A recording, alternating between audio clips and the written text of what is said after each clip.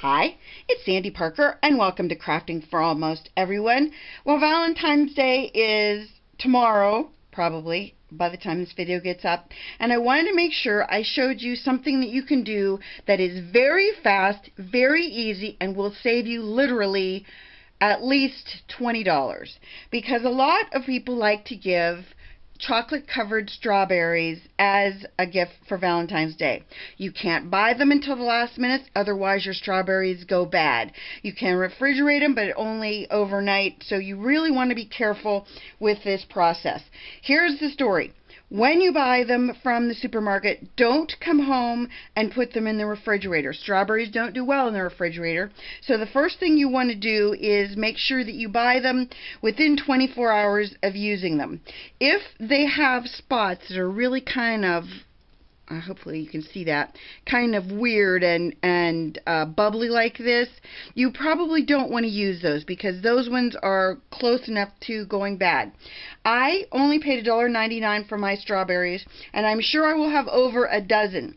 A dozen strawberries that are chocolate covered where I live are usually $25 for at least, that's in our chocolate shops, $25 a dozen. So I'm going to show you how to make them. This was $2. Your candy melts you can get at Walmart, you can get them at Joann's, at Michael's. I got the Wilton brand, but I normally get the A.C. Moore brand, and they're great too. So it doesn't really matter. I buy dark chocolate. To me, they taste like the just regular milk chocolate. So I wouldn't worry about which milk or dark you get, because it's not going to make a big difference in the taste, and you get enough 12 ounces of chocolate to clearly cover at least a dozen of these.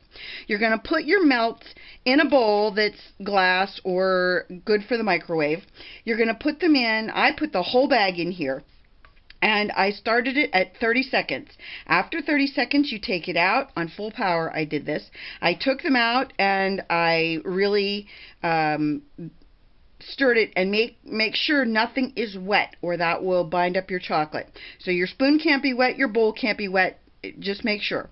So put it back in, another 30 seconds. After that 30 seconds, take it out, stir it again.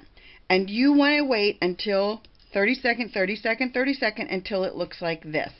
And the very last time, it might look a little bit still like there's some chocolate formation. Just stir it, and those will dissolve. So you're in good shape when it looks like this. If you have to put it back in the microwave to keep it going, that's fine. You're going to take your strawberry, and you're going to pull the leafy part up and hold on to that. And your bowl wants to be deep enough that you can do this with it, and hopefully you can see that. Pull it out, and then you're going to want to kind of shake it to get some of the excess chocolate off, because otherwise you'll get a big pool underneath. Then you're going to lay it on this is silpat, but something that's non-stick. If you have a granite countertop that's really clean, you could use your granite countertop. Marble would work, if you have a marble surface. But I use a silpat sheet. And then you're just going to, again, hold it until you've got it nicely covered and you don't have a ton dripping off, because again, those will make a pool underneath and it doesn't look as pretty. It doesn't make a big difference when you eat it, because it's just more chocolate, and who doesn't love more chocolate?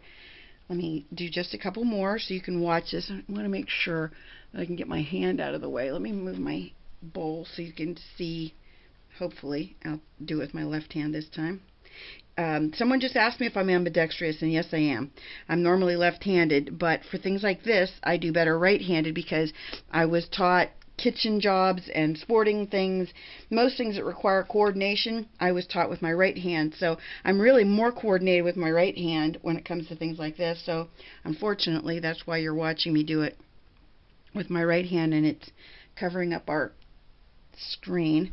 Let me see if I can move it over a little bit so it's not in the way. Now this is the one that you give to the person you love the most, and you make a big deal about it because this is a huge strawberry and well worth the wait, and you could have kept it for yourself, but you're giving it to the person you love.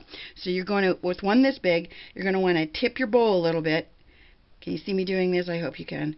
And you're just going to go like that, move it around, hold it above it so that you get the excess to drip off. and then put it on your silpat. I'm not sure what else would be nonstick. I think parchment paper would work for this, as well as wax paper.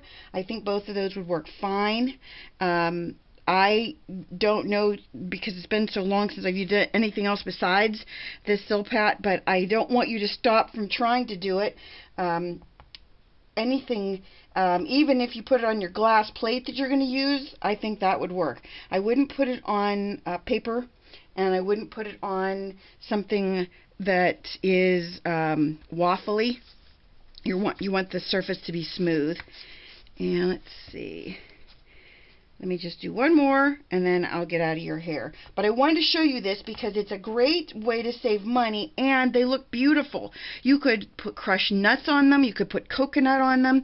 You could put sprinkles on them. You could do whatever you want. You could take another color of chocolate and put it in a thicker, like a freezer bag, and melt it in the freezer bag, then snip a little bit off the corner and squeeze it and go back and forth across these to make them really artistic looking. That would be beautiful.